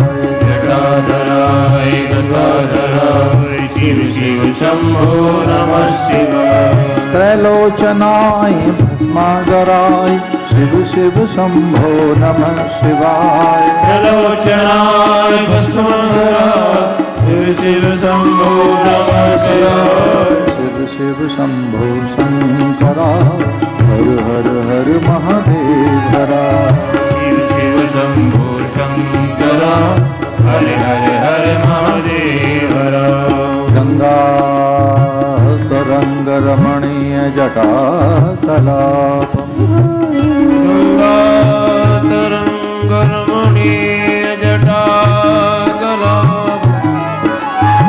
गौरी निरंतर विभूषित वाम भागो नारायण प्रिय मदंग मदापिहारो वाराणसी पुरपति भज विश्वनाथ शिव शिव शंभो शंकरा हर हर हर महादेव हरा शिव शिव शंभो शंकरा हरे हरे हरे महादेव हरा हर हर हर महादेव हरा हर हर हर महादेव हरा हरे हरे हरे महादेव हरा हरे हरे हरे महादेव हरा हर हर हर महादेव हरा हर हर हर महादेव हरा हरे हरे हरे महादेव हरे हरे हरे महादेव हरा नमः शिवाय गुरवे सच्चिदानन्दमूर्तये निष्प्रपञ्चाय शान्ताय निरालम्बाय तेजसे नमस्ते भृगदेवाय नमस्ते जलशायनि नमस्ते विघ्ननाशाय शिवशक्ति नमो नमः त्र्यम्बकं यजामहे सुगन्धिं पुष्टिवर्धनम् उर्वारुकमिव बन्धनान् मृत्युर्मुक्षीयमामृतात्। उर्वा माने खरबूजा, जो वेद मंत्र है ना, ये त्र्यंबकम यजामहे सुगंधिम पुष्टिवर्धनम, इसमें आता है उर्वा रुकमिव बंधना। उर्वा माने खरबूजा, उर्वा खरबूजे को कहते हैं। जैसे खरबूजा डाल से अलग हो जाता है कब? जब पक जाता है। कच्चा तोड़ो तो नहीं तोड़ सकते खरबूजे को, उसका डंठल बड़ी मुश्किल से टूटता है, उसके तंतुओं से जुड़ा है, कच्चा खरबूजा नहीं टूटेगा। कच्चा तो पंपकिन भी तोड़ना बड़ा कठिन है, पक जाए डंठल अलग, ले जाओ पंपकिन को उतार कर। कुछ फल ऐसे हैं जो अपनी डाल से जुड़े रहते हैं। वैसे ही जब ज्ञान आ जाता है, ओम त्र्यंबकम यजामहे, जब तीसरा नेत्र यानी ज्ञान का नेत्र भी यजन करने लगे, तब डाल से अलग हो जाता है जी। जैसे खरबूजा डाल से अलग हो गया, वैसे ही ज्ञान से, भक्ति से पकने के बाद आप संसार रूपी डाल से अलग हो जाते हैं। पत्ता पीला होने पर बेपता और लापता हो जाता है, ठीक वैसे ही पक जाने के बाद। भैया मैं कृष्ण और राम उपासक हूं, लेकिन बहुत ही संकोच के साथ कह रहा हूं, कृष्ण के 16,000 कृष्ण की 16,000 रानियां, एक एक रानी से 2-2 बेटे थे, बेटियां थी एक एक, बेटे तो कई थे, 2-2 गिनो कितने हो गए। एक के मंदिर नहीं है, प्रद्युम्न का मंदिर नहीं मिलता, अनिरुद्ध का मंदिर नहीं मिलता। जो कृष्ण का पुत्र प्रद्युम्न, जो पहला बेटा, सबसे बड़ा बेटा कृष्ण का प्रद्युम्न, कहां है मंदिर? उसके बेटे का नाम बताओ, अनिरुद्ध, कोई मंदिर मिलता नहीं। कालिंदी, उनकी एक भार्या, उनके बच्चों का नाम नहीं मालूम, सत्यभामा, जामवंती, मित्रविंदा, नागनजिति, सत्या, लक्ष्मणा, पत्नियों के नाम नहीं मालूम कईयों को। तो एक रुक्मणी पता है, राधा पता है, दूसरी जामवंती, तीसरी सत्यभामा, चौथी कालिंदी, पांचवी मित्रविंदा, छठी नागनजिति, सातवीं लक्ष्मणा। ऐसे नाम नहीं मालूम कईयों को। तो भगवान है वो, उनके बच्चों के मंदिर नहीं मिलते, पर शिव के बच्चों की पूजा के बिना शिव की पूजा नहीं हो सकती। उसका पहला बालक ओम गणानान्त्वा गणपति हवामहे प्रियाणान्त्वा प्रियपति हवामहे निधिनान्त्वा निधिपति हवामहे वसो मम आहमजानि गर्भधमत्वमयासि गर्भधम्मा विघ्नेश्वराय वरदाय सुरप्रियाय लंबोदराय सकलाय जगद्यताय नागाननाय श्रुति यज्ञ विभूषिताय गौरी सुताय गणनाथ नमो नमस्ते। अच्छा, राम के बालक बड़े महान, लवकुश, मंदिर नहीं मिलते। गली गली चौराहे पर नुक्कड़ पर लवकुश के मंदिर नहीं है। जिस ढंग से गणपति बप्पा मौर्य, गणेश की पूजा के बिना एक दूसरा बेटा और है उनका, मुरुगन स्वामी, सुब्रमण्यम स्वामी, षडानना, कार्तिकेय, और वो देवताओं के सेनापति।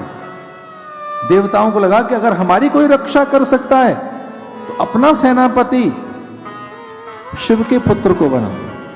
तो शिव के जो पुत्र हैं कार्तिकेय, उन्हें बनाया गया। और ये पार्वती से पैदा है।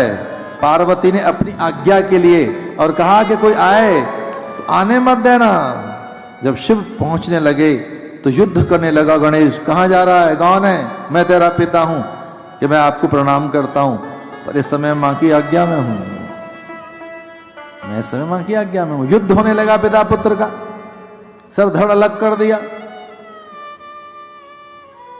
फिर उनके एक हाथी का सर लगाया गया।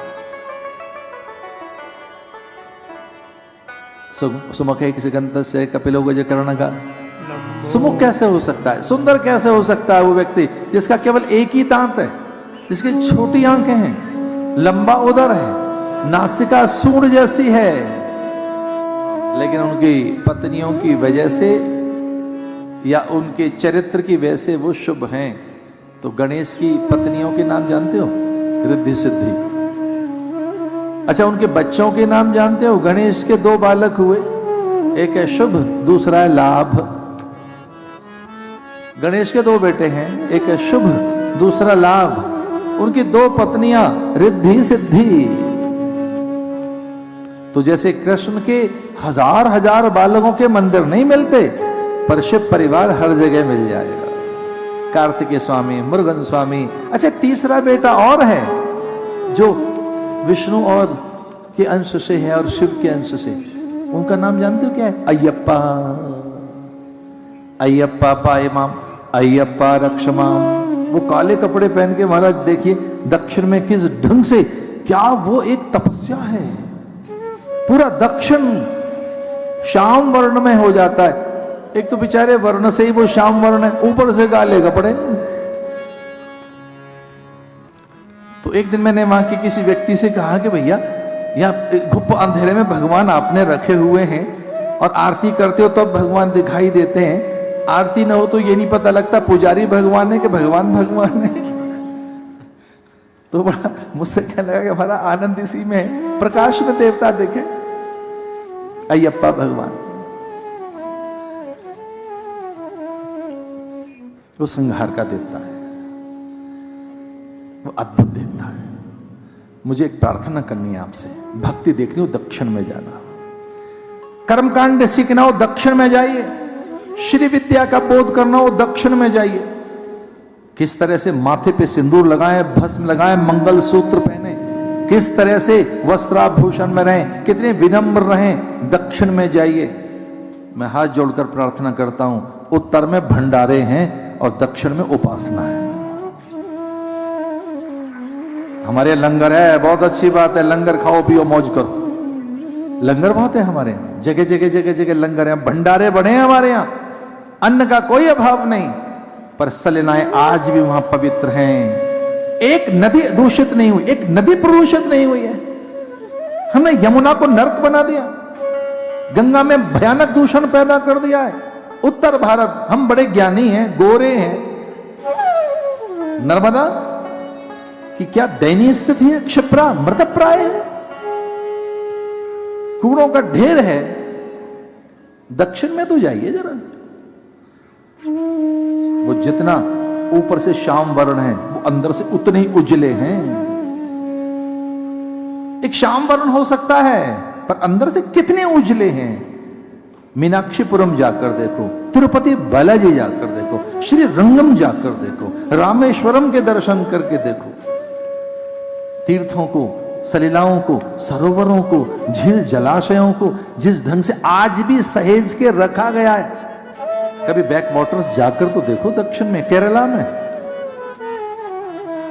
देखें तो सही, क्या ब्यूटी है।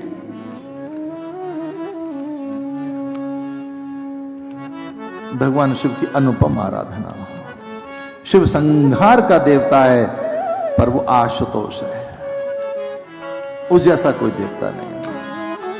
उनकी पहली भार्या सती दक्ष के यज्ञ में कूदकर अपने पति के सम्मान के लिए कूदी और फिर वो पार्वती बनकर आई।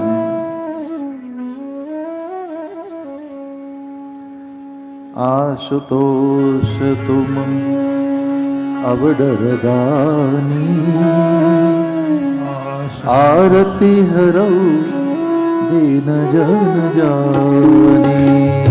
आशुतोष तुम अब डरगानी, आरती हरौ दीन जन जानी। आशुतोष तुम अब डरगानी, आरती हरौ दीन जन जानी। आशुतोष तुम अब डरगानी, आरती हरौ दीन जन जानी।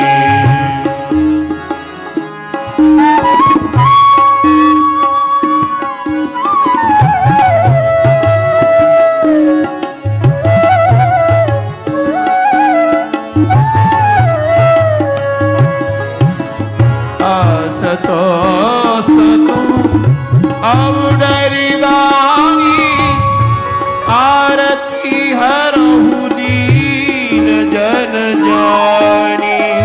आरती हरौ दीन जन जानी। नमामि समीशां निर्वाण रूपं, विभुं व्यापकं ब्रह्म वेद स्वरूपं। नमामि समीशान निर्वाण रूपं, विभुं व्यापकं ब्रह्म वेद स्वरूपम्। अजं निर्गुणं निर्विकल्पं निरीहं, चिदाकाशवासं भजे। मिलकर गाइए। नमामि समीशां निर्वाण रूपं, विभुं व्यापकं ब्रह्म वेद स्वरूपं। नमामि समीशान निर्वाण रूपं, विभुं व्यापकं ब्रह्म वेद स्वरूपम्। एक शिष्य ने अपने गुरु से कहा कि ऐसा मंत्र दो कि शिव के दर्शन हो जाएं। और उन्होंने पंचाक्षरी मंत्र प्रदान कर दिया। पंचाक्षर में ओम नहीं लगता। नमः शिवाय नमः शिवाय नमः शिवाय, ये पंचाक्षर मंत्र है। द्वादश अक्षर का मंत्र है ओम नमो भगवते वासुदेवाय। अष्टाक्षर का मंत्र है ओम नमो नारायणाय। 24 अक्षर का मंत्र क्या है? गीता गायत्री। एक 24 अक्षर का मंत्र होता है, एक 36 अक्षर का है, एक 50 अक्षर का है, एक 71 अक्षर का है। एक आनंद की बात बताऊं, एक शताक्षरी है, 100 अक्षर का मंत्र है। वो शताक्षरी मंत्र किसका है? पराम्बा का। 24 अक्षर के बाद जितने मंत्र हैं वो सब दुर्गा के हैं। 24 अक्षर तक किसका मंत्र है? गायत्री मंत्र। ओम नमो भगवते वासुदेवाय, ये 12 अक्षर का मंत्र है। ओम नमो नारायणाय, ये 8 अक्षर का मंत्र है। नमः शिवाय 5 का मंत्र है। एक 3 अक्षर का मंत्र है, एक 2 अक्षर का है, एक 1 अक्षर का एकाक्षरी मंत्र अति ख्यात। 1 अक्षर का मंत्र है। जरा एक और बात ध्यान से सुनो, आधे अक्षर का मंत्र होता है, एक आधे अक्षर का। लेकिन शताक्षरी मंत्र किसका है? पराम्बा। तो उसने कहा, शिष्य ने अपने गुरु से, मुझे शिव के दर्शन हो जाएं, एक मंत्र दो। उन्होंने कहा पंचाक्षरी जपना। पंचाक्षरी सिद्ध हो गई, शिव प्रकट हो गए। वो अंबर से आने लगे कि कितना अद्भुत आराधन है। लेकिन गुरु को यह पता लग गया कि भगवान आने वाले हैं, इसे गुरु भी वहीं पहुंच गए और ये बताने के लिए, देख तू तेरी कैसी साधना है, तेरी साधना का परिणाम यह कि भगवान आ रहे हैं। कमाल है भाई, तेरी साधना कैसी, ईश्वर आ रहा है। तो उसे लगा कि ऐसे में गुरु को नहीं आना चाहिए थे, रंग में भंग डाल दे गुरु जी ने आकर।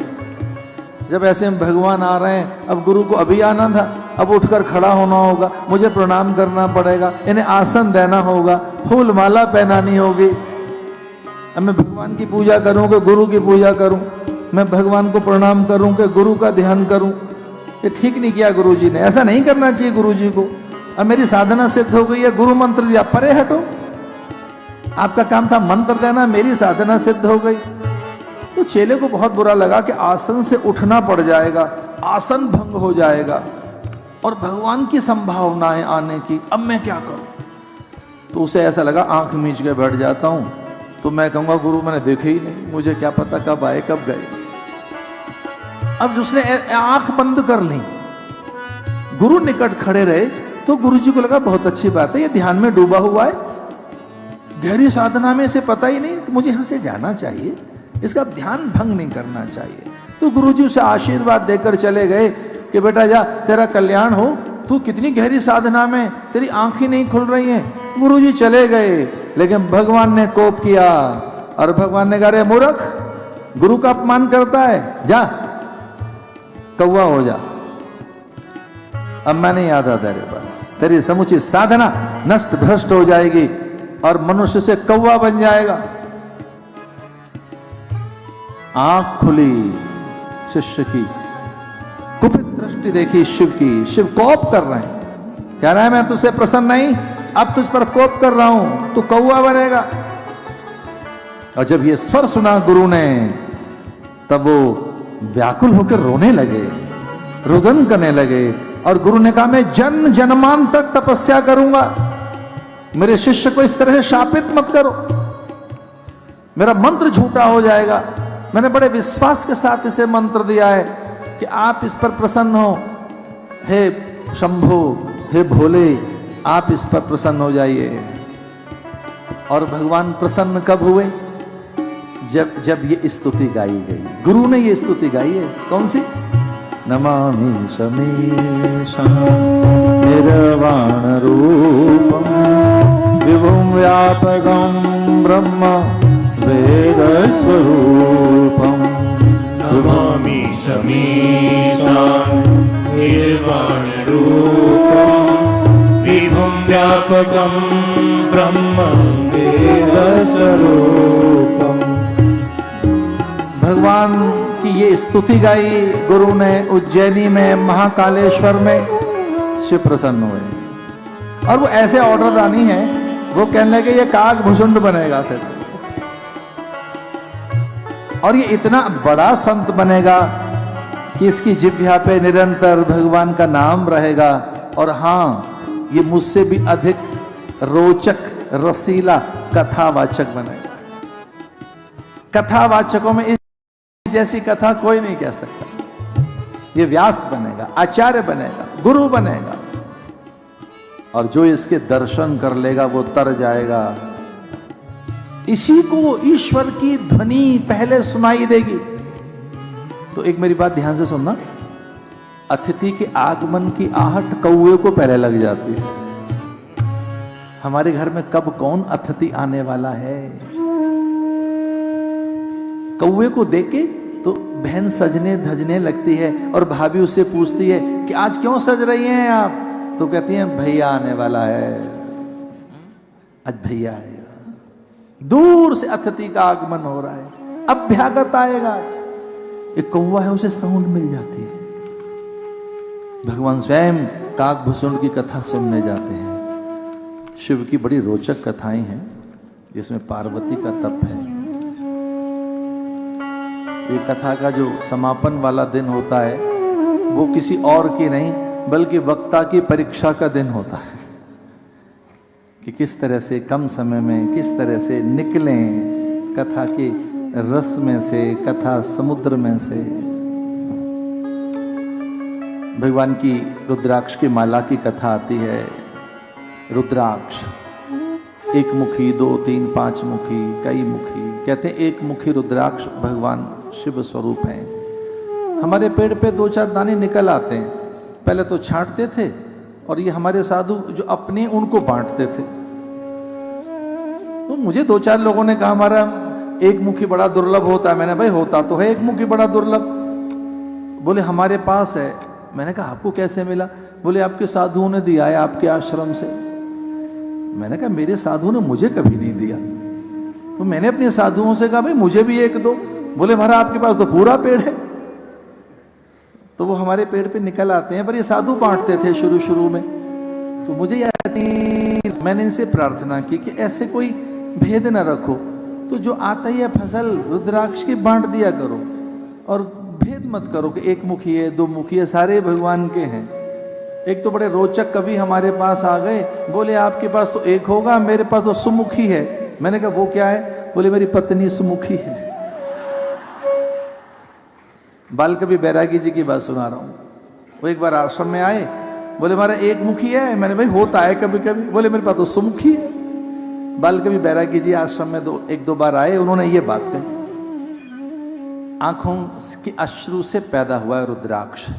हमारे शास्त्र कहते हैं रुद्राक्ष धारण करना चाहिए, तुलसी धारण करनी चाहिए, चंदन धारण करना चाहिए।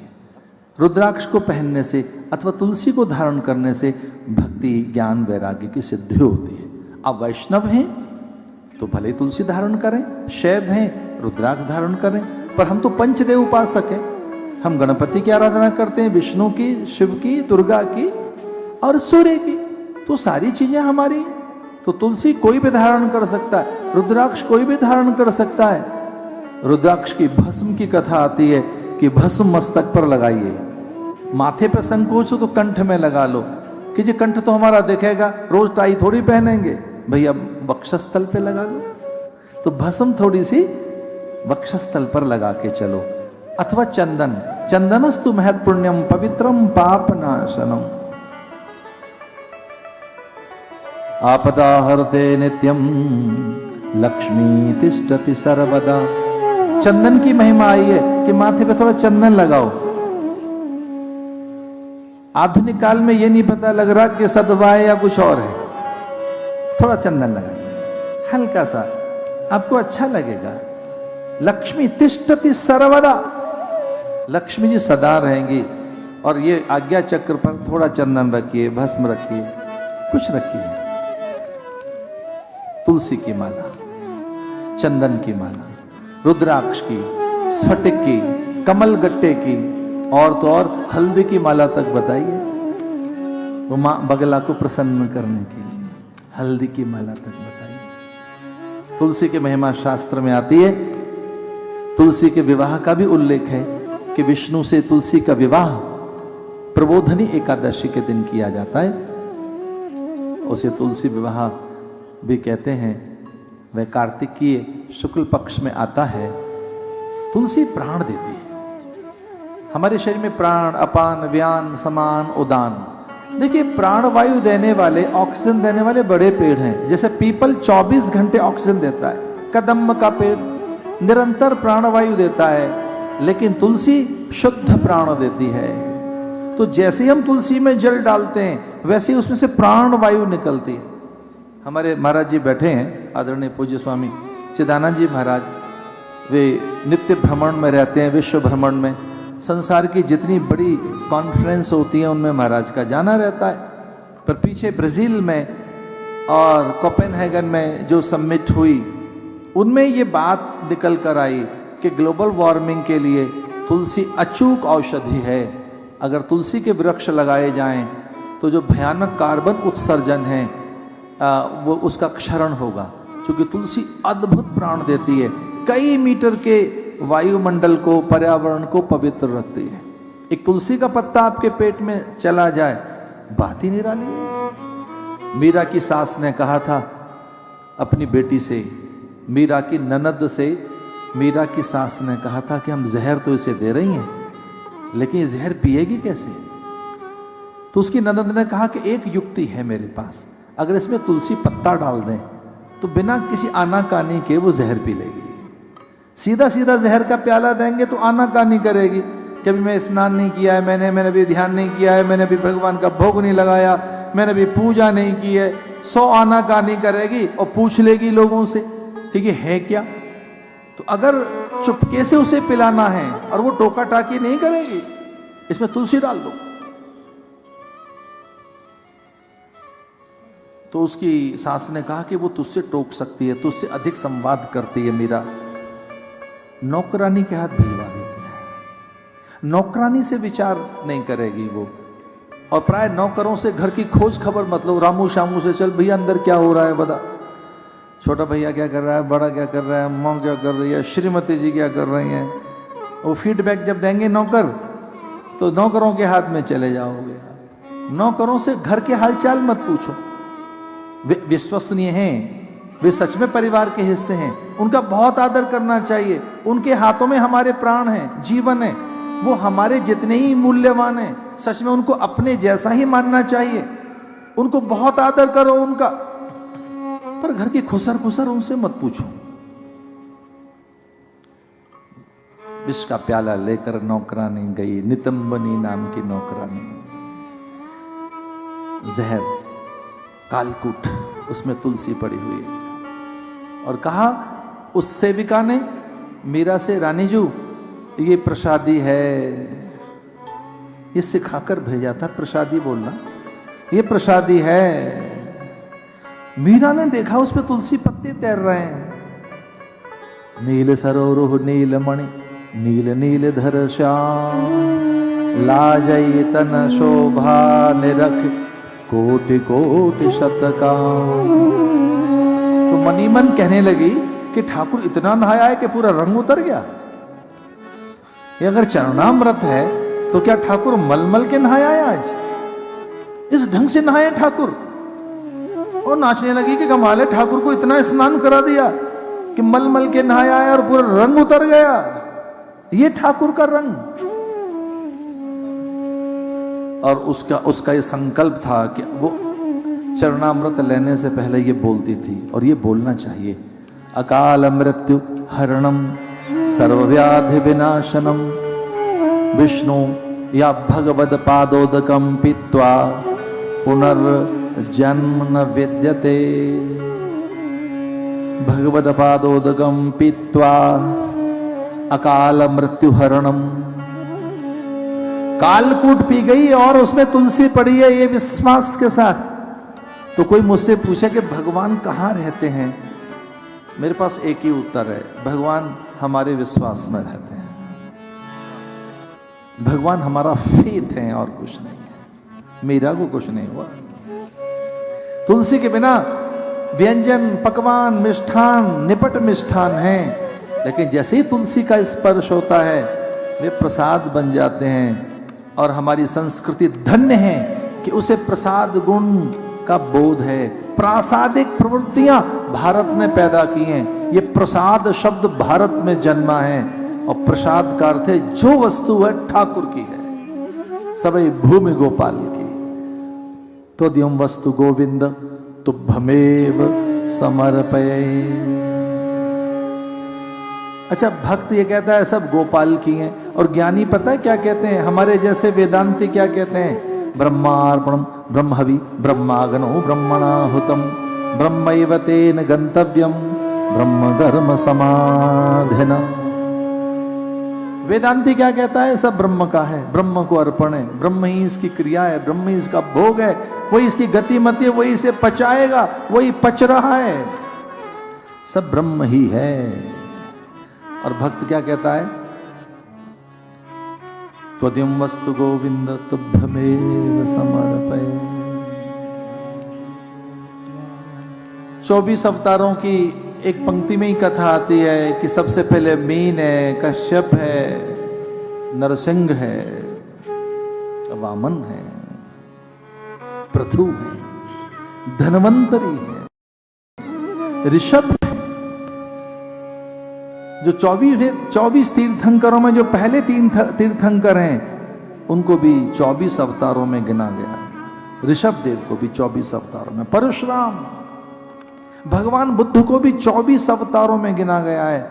करुणा का देवता 24 अवतार माने गए हैं। कृष्ण द्वैपायन को भी, महर्षि वेदव्यास को भी अवतारों में गिना गया है।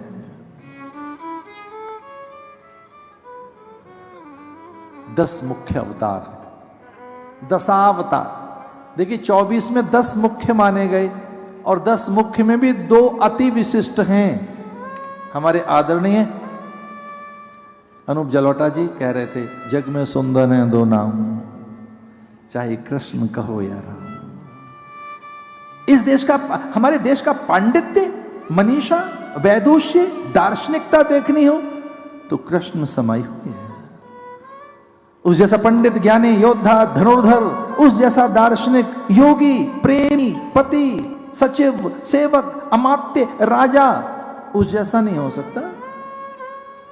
तो कोई पूछे कि भारत का पांडित्य, दार्शनिकता, युद्ध कौशल, साहित्य, संस्कृति, प्रेम, कला, माधुर्य, मांगल्य, मोद, पवित्रता, उत्सव कहां बसते हैं? भैया वो हमारे ठाकुर में बसते हैं, जो बिहारी है हमारे बिहारी में, द्वारिकाधीश में, जगन्नाथ भगवान में, बद्रीनाथ भगवान में। अरे बाबरे मन के लोग जो हैं, जो नहीं जानते उत्सव, वो श्रीनाथ जी में आए। 365 उत्सव है वहां, 365।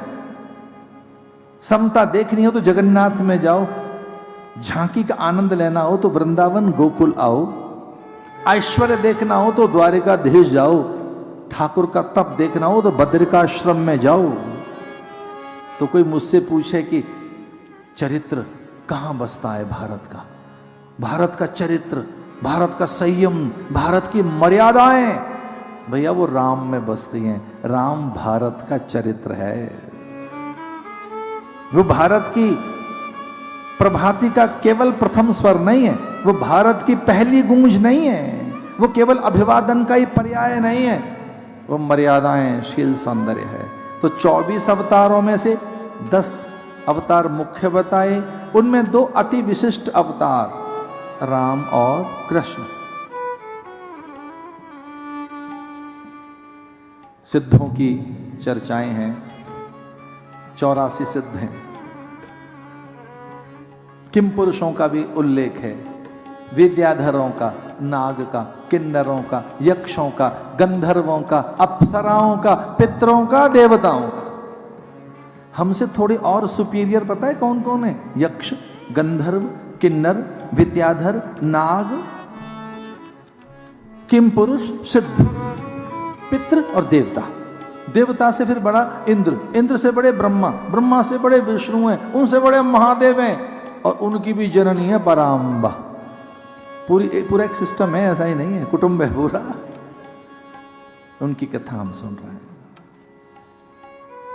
हरि अनंत, हरि कथा अनंत। हरि तो अनंत है, उनकी कथा भी अनंत है। नमोस्तुनंताय सहस्त्रमूर्तये सहस्रपादाक्षिशिरोरुबाह सहस्रनाम्ने पुरुषाय शाश्वते सहस्रकोटि युगधारणे नमः। देवी भागवत के अंत में कुछ बातें आई हैं, आपको सुना रहे हैं। नंबर 1, पहली, सूर्योदय से पहले उठो, भूमि को प्रणाम करो, हाथों को चूम लो, ये कहकर लक्ष्मी यहां बसती है। करा करे वस्ते लक्ष्मी, धरा को प्रणाम करो, माता भूमि पुत्र होम पृथ्व्या कहकर। सबसे पहले हाथों को चूम लो, धरती को प्रणाम करो, सूर्य को अर्घ दो, तुलसी का सिंचन करो, बिलपत्र तुलसी के बिना मत जियो, दूर्वा गणेश को चढ़ाओ, इष्ट का मंत्र जपो। एक और बात है, भगवान को भोग लगाए बिना अन्न मत ग्रहण करो। बोलो रोजाना, प्राणाय स्वाहा, अपानाय स्वाहा, व्यानाय स्वाहा, उदानाय स्वाहा, समानाय स्वाहा। अन्न को परमात्मा को अर्पित करो, प्रसाद जानकर फिर ग्रहण करो। जैसा भी भगवान ने दिया है वो थाल पहले ठाकुर के पास जाए और प्रसाद बांधकर फिर ग्रहण करो। एक सांची घटना है, मुझे ब्रह्मलीन पूज्य करपात्री जी महाराज याद आते हैं, और मेरा तो बिल्कुल शैशव काल था, सन्यास का ब्रह्मचारी था मैं उनके पास बैठा था, दर्शन करने गया था महाराज जी के। तो कोई एक आए और वो कहने लगे हमारे परिवार में कलह है महाराज, अब उजागर न हो ऐसा कोई यतन बताओ। अब हम में कलह रहने लगी है, घर की कलह बाहर न जाए, बस इतनी सी कोई उपाय बताओ, मैं व्रत करूंगा। तो उन्होंने कहा भाई आपसे बात नहीं करते, आपकी पत्नी को बताते हैं, एक विधि है, ये मेरे सामने की घटना है। तो उन्होंने उनकी पत्नी से कहा कि घर में जो भोजन है भगवान को भोग लगे और फिर ग्रहण करो, तो घर में प्रसाद से समता आएगी, पवित्रता आएगी, बुद्धि शुद्ध हो जाएगी। घर की कलह मिटानी हो तो सच मानिए ठाकुर की प्रसादी लो, भोजन मत लो। भोजन में बड़े विकार हैं पर प्रसाद में कोई विकार नहीं रहता। इसलिए अपने इष्ट को, जो भी आपके इष्ट हैं, वो जगदम्बा है, हनुमान है, राम है, कृष्ण है, जो भी है, अपने इष्ट को भोजन पहले परोसो, देवताओं का भोग लगाओ, घर में शांति आएगी। गौग्रास निकालिए, विप्रों का आदर करो, पितरों का सम्मान करो, संभव हो सके तो दीन दरिद्र याचक भिक्षुक अतिथि अभ्यागत की कामना की पूर्ति करो। देवी भागवत में अंत में एक बड़ी सुंदर सी बात आई है कि एक व्रत करना चाहिए सबको। अगर घर में लक्ष्मी को चिरस्थायी करना है तो भागवत का महाव्रत बता रहा हूं मैं आपको, देवी भागवत का, ये ध्यान से सुनना। देवी भागवत में एक महाव्रत बताया है, अगर लक्ष्मी को चिरस्थायी करना है, देवताओं को सदा घर में वास देना है, तो एक व्रत करना चाहिए, केवल एक व्रत। देवी भागवत कहती है माता पिता में देव बुद्धि रखनी चाहिए, ये व्रत है बस। माता पिता में देव बुद्धि रखनी चाहिए, ये महाव्रत है। अस्वाद व्रत बताया, अक्रोध व्रत बताया, अनिंदा का व्रत बताया, अवैर का व्रत बताया, परदोष दर्शन के अभाव का व्रत बताया है। अस्वाद व्रत रखो, अनिंदा का व्रत रखो, निंदा मत करो, अक्रोध व्रत रखो, अकामता का व्रत है, अयाचित होने का व्रत है।